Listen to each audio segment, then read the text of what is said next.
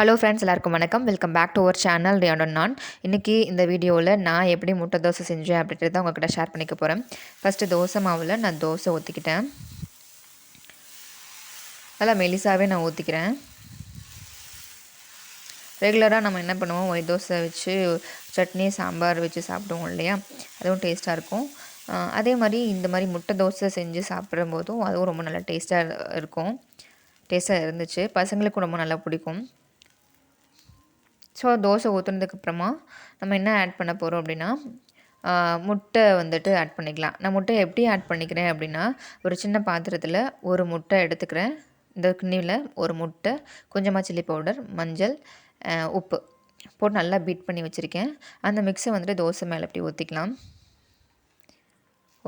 ஊற்றிக்கிட்டதுக்கப்புறமா ஒரு சின்ன ஸ்பூனு இல்லைன்னா வந்துட்டு ஒரு சின்ன கரண்டி, நான் வந்துட்டு ஒரு சின்ன கரண்டி தான் எடுத்திருக்கேன். அது எடுத்து இந்த முட்டை மிக்ஸ் போட்டோம் இல்லையா, அதை வந்து நல்லா ஸ்ப்ரெட் பண்ணி விட்டுறேன்.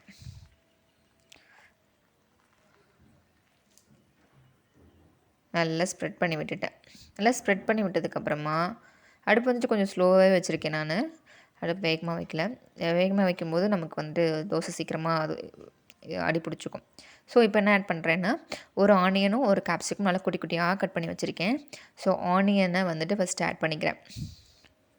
அப்படியே மேலாப்பில் அப்படியே நல்லா தூவிட்டுருக்கேன். எனக்கு வந்துட்டு நிறைய ஆனியன் பிடிக்கும் அப்படின்றதுனால கொஞ்சம் நிறையாவே ஆட் பண்ணிக்கிறேன் ஆனியன்.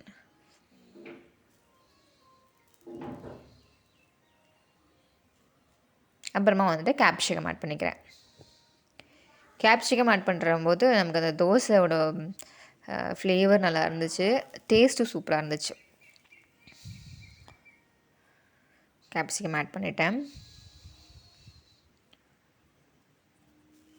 அவ்வளோதான். இதில் நான் இவ்வளோ தான் ஆட் பண்ணியிருக்கேன். எனக்கு ஸ்பைசி, அதாவது காரம் போதும் அப்படின்றனால அவ்வளோதான் நான் ஆட் பண்ணியிருக்கேன். வேறு எதுவுமே ஆட் பண்ணல. நமக்கு வேணும் அப்படின்னா மேலே வந்துட்டு சில்லி பவுடர் ஆட் பண்ணிக்கலாம். மேலே ஜஸ்ட் நான் அப்படி வந்து ப்ரெஸ் பண்ணி விடுறேன். அந்த ஆனியனையும் கேப்சிகமையும் அந்த முட்டில் வந்துட்டு நல்லா உள்ளே பதிகிற மாதிரி.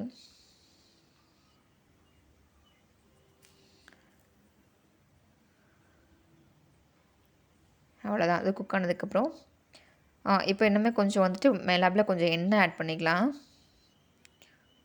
சுற்றி எண்ணெய் ஆட் பண்ணிக்கலாம். நான் சும்மா கொஞ்சம் ஒரு ஸ்பூன் எடுத்து ஆட் பண்ணிக்கிறேன்.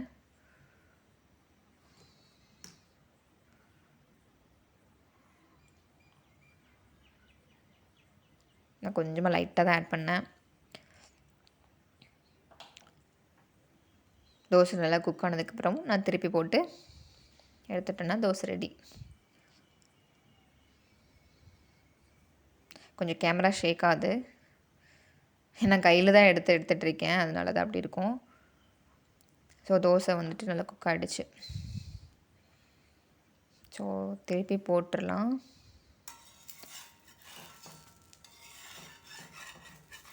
திருப்பி போட்டு ஜஸ்ட் ஒரு நிமிஷத்தில் அது குக் ஆகிடுச்சு அப்படின்னா நம்ம எடுத்து சர்வ் பண்ணிடலாம்.